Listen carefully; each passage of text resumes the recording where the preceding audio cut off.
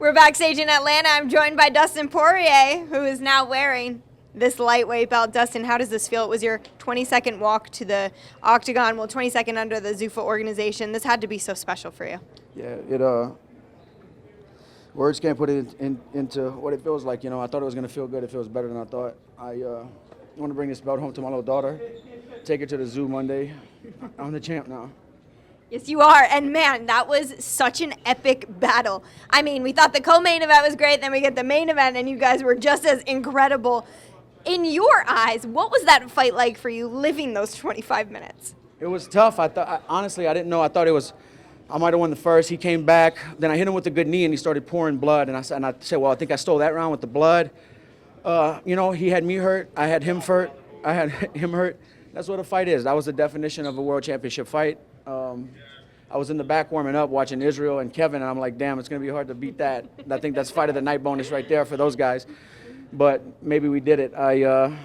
You know, like I said, he was bleeding, I was bleeding. He was hurt, I was hurt. It was a high-level fight. When you envision the hurdles you'll have to go through inside the octagon in order to achieve your dreams, did you have battles like that in your mind ever?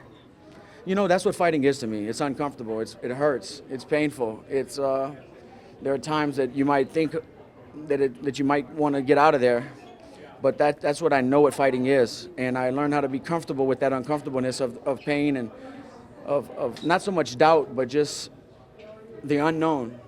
That octagon is a theater of the unknown. No matter how much I prepare, how much I believe in myself, I know that when I step in there, there's a chance that I could lose. There's a chance that I could be knocked unconscious. I can get choked out. That's what people come to see. That's why the unpredictability of there's too many variables in this. I don't even want to call it a sport. This is survival. This isn't even a sport. This is survival. How did you feel in that third round? You mentioned that you were hurt off camera, but what specifically really got to you there? I thought Max was going to be a little bit faster with his jabs and stuff. He was a slick fighter. He set up his cross very well. His jab was a different cadence. It was slower. I can see it coming, but he'd hide this cross very well behind it. So, you know, a couple of times he threw the jab and made me blink, and he threw the cross that really hurt me. But I knew those things were. I knew adversity was going to present itself, and I just wrote it out. What do you feel like you proved tonight? Because if people didn't know you before, they certainly know you now. And you know what? I've said it before. I'm not trying to. You know, it's cool to prove it to all these people, but I'm proving it to myself because I'm the one who has to wake up and look in the mirror every morning. And when I look in the mirror, I'm happy with what I see. I know that I'm myself. I know that nothing was given to me. I know that I earned everything, and I've been knocked down and earned it again. This means everything to me. You know, I want to leave a legacy. I want to make people believe in themselves. I want to give people a reason to fight, a reason to cheer, a reason to celebrate. I have to mention the fact that you and Max seem to have such a respectful relationship between one another. You went and talked to his son. He donated his gloves so that you can auction them off in order to raise money for your organization. I mean, that doesn't happen all the time. What's special about that relationship? You know, me and Max might have gotten each other's face a little bit. Nothing crazy. We might have said a couple things to each other throughout the fight week, but that's just what fighting is. You know, we're both, I mean, it's rough. We're both here to hurt each other. You know, we're both here to hurt each other, but we both have respect for each other. There's no room for love when you get inside the octagon. I'm trying to physically take him out. He's trying to do the same to me, but at the end of the day, you know, it's all love. I have a lot of respect for Max. I beat him in his first fight in the UFC when he was 20 years old. Now he's a champion, defending, reigning, still at 145, beat the best 45-pounder ever twice. And, you know, I just have a lot of respect for the guy. He's a good person, and he's a true warrior. You have a great team around you, an American Top Team. You've got a lot of support from Louisiana, lots of people who love you. What does it mean, though, to have guys like Mike Brown in your corner and be able to fulfill dreams for them as well? It's amazing, you know. Tiago, Mike Brown, Eve Edwards, Daya Davis, my manager since day one, Robert Ovetta, is in my call corner. him quarterman of the year. You know, this is a dream team. I love these guys. Like I said before, these guys are more than coaches and friends. These guys are like my brothers.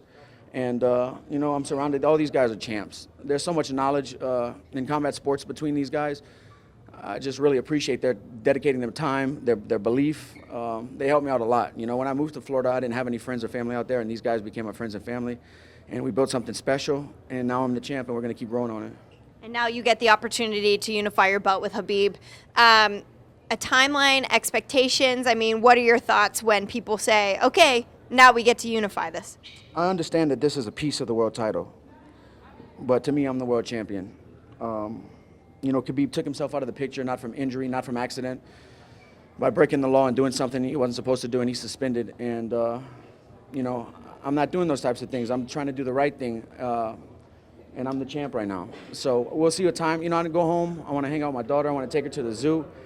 I'll call Dana next week maybe, and we'll get a timeline. But right now, I'm not worried about none of that. I'm enjoying this. It's been a long, long road, It's been 12 years of fighting.